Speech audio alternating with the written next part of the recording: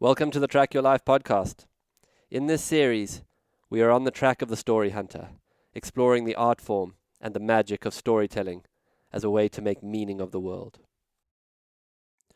Story Hunter, Part 2, Episode 7, The Road South. We leave Maun with a vehicle full of camping gear.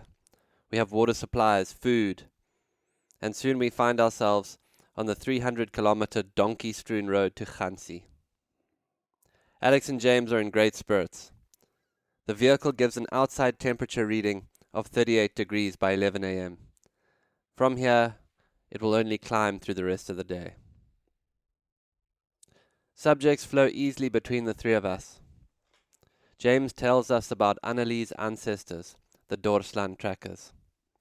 Anneli will be hosting us just outside of Ghanzi.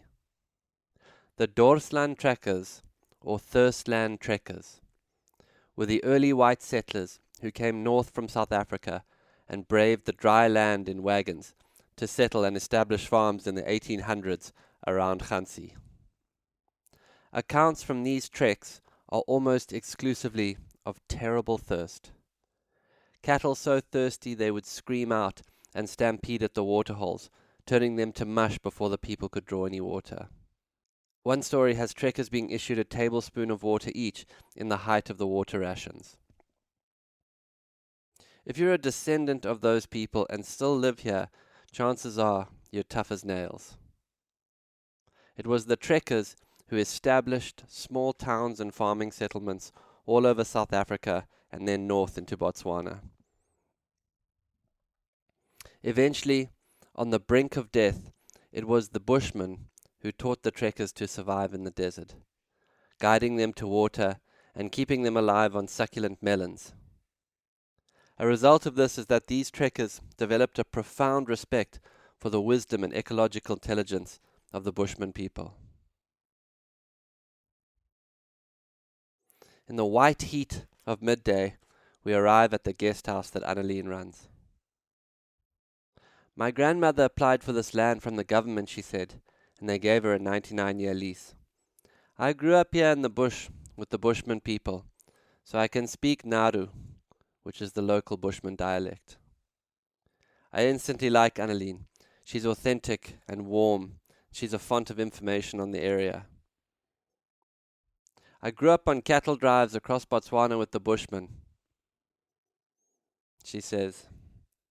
She might be the definition of salt of the earth. I've spoken to some of my Bushman friends, and they're happy to show you how they hunt and gather, but they're worried about your guys' fitness in this heat, she says. But you guys seem to be from the bush, so you should be fine. I ask Anneli about the state of the Bushman people, and her answers are full of fascinating confliction and nuance that you could only get from a local. Many Bushman people, she said, still supplement their government income with gathering and hunting. These people still live off the land. That's why the tracking skills still exist. Many Bushman people have told her, we only suffer in town. I know this feeling to some extent. The feeling of entering a town after the relative self-sufficiency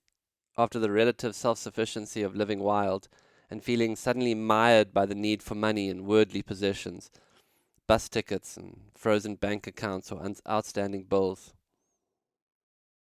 I ask her about the Bushmen being driven off their land. And the Bushmen have been driven off their land by every tribe and colonialist that has moved through southern Africa. It's complicated, she says. There's lots of disinformation. Firstly, many people live on their lands. There are villages all over the southern Kalahari. In some instances, the government has agreed to have Bushman communities living in the park, but only in traditional ways. What they refuse is for Bushmen to return to the park, but with their newly acquired cars and livestock. It's a classic example of traditional ways and modern life starting to bump into each other in new complicated ways. The official position, Anneli tells us, is that hunting is not allowed in and around the park. But in fact, wildlife services often turns a blind eye to subsistence hunting. However, the official position of no hunting is a deterrent to prevent hunting becoming a commercial exercise, resulting in huge trailers of meat being taken out and men hunting on horseback. What I'm quickly learning is that in this profoundly complicated world, where a complex issue can be reduced to fit the attention span of a modern person, we often miss the multiple layers and complexity inside of every issue. We ask Anneli if anyone she knows would be interested in studying at the Tracker Academy. No, you'll have to ask the Bushmen themselves, she says. She does tell us, though, that Bushman people do not travel well. They like to be with their clan and their people. This seems to track as a general cultural trend when you talk to Bushmen. There are many stories about a Bushman person being employed and showing up to work with his whole family, as if the idea of being employed in isolation was absurd. I happen to really like this idea. In the afternoon, we go with Anneli to meet a group of Bushmen that she is friends with. The Bushmen are warm and keen to hang out. They greet us and immediately start sharing their desert skills. Ew, ew, they greet us. I'm sensitive to cultural tourism, and at first I feel somewhat uncomfortable. I also feel like a clunking giant. Anneli speaks perfect Nara, and her authenticity calms me. She clearly has deep personal relationships with this community. She assures me that the Bushman people love sharing their ways. And in the end, it doesn't feel contrived. We move through the dry afternoon heat, walking through the bush, gathering succulents and tubers and nuts. The speed of the gathering is something that I'm struck by. It's deeply parasympathetic. We move slowly with lots of rests in the sand to chat. The Dorsland Trackers test Alex and I on tracks and seem surprised when we get a few right. Cacao, the elder, teaches James and I to make fire using 2 sticks. I feel like I'm 1,000 years back in time, at the moment fire branched in humanity's evolution. James and I need a lot of help to make the 2 sticks smoke. And frankly, if it had been left up to us, perhaps we would never have the brain-expanding jumps in evolution that came from cooking. Still, it's palpably ancient, moving with these people across this landscape. The Bushmen are small people, and in the desert they fit their environment perfectly. To see them walking through this kind of terrain, the kind of terrain that would scare any survivalist like it's a Whole Foods, is a time machine. One of the ladies plucks a tuber from the earth and slices it into wet strips of melon, and then she replants the other part so it may grow. I think to myself that when the center can no longer hold, and when the world eventually meets its inevitable human apocalypse, these wise first people of the earth will retreat deeper into the abundance of their inhospitable home. While the rest of us in the modern world implode and rip each other to pieces when food delivery shuts down after 3 days.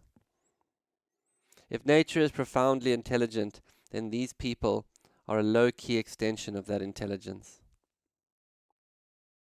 Alex, James and I sit in the hot sand, somewhat in awe of what we're seeing. I feel the energy of these people, and without naivety, as a tracker, I'm touched by the quality of wilderness literacy I'm seeing. They are deeply mindful about every way they interact with nature. With this awareness comes a peace I've not touched in years. I can feel what codes these people are a living embodiment of, and it touches and heals something in me. Something I didn't know that was hurting until I sat next to one of the women and felt her ancient beingness, her harmony. In my head a voice says, "This is not lost. We are still here. We will remain when progress fails." It's the same voice I heard when I first took ayahuasca. All night it showed me the grandeur of nature, mountains, valleys, oceans, rivers, as a voice whispered, "Look how old I am. Look how old I am." Alex, a sharp observer that he is, feels the energy. I haven't seen you look so at peace in years, he says to me. And it's true.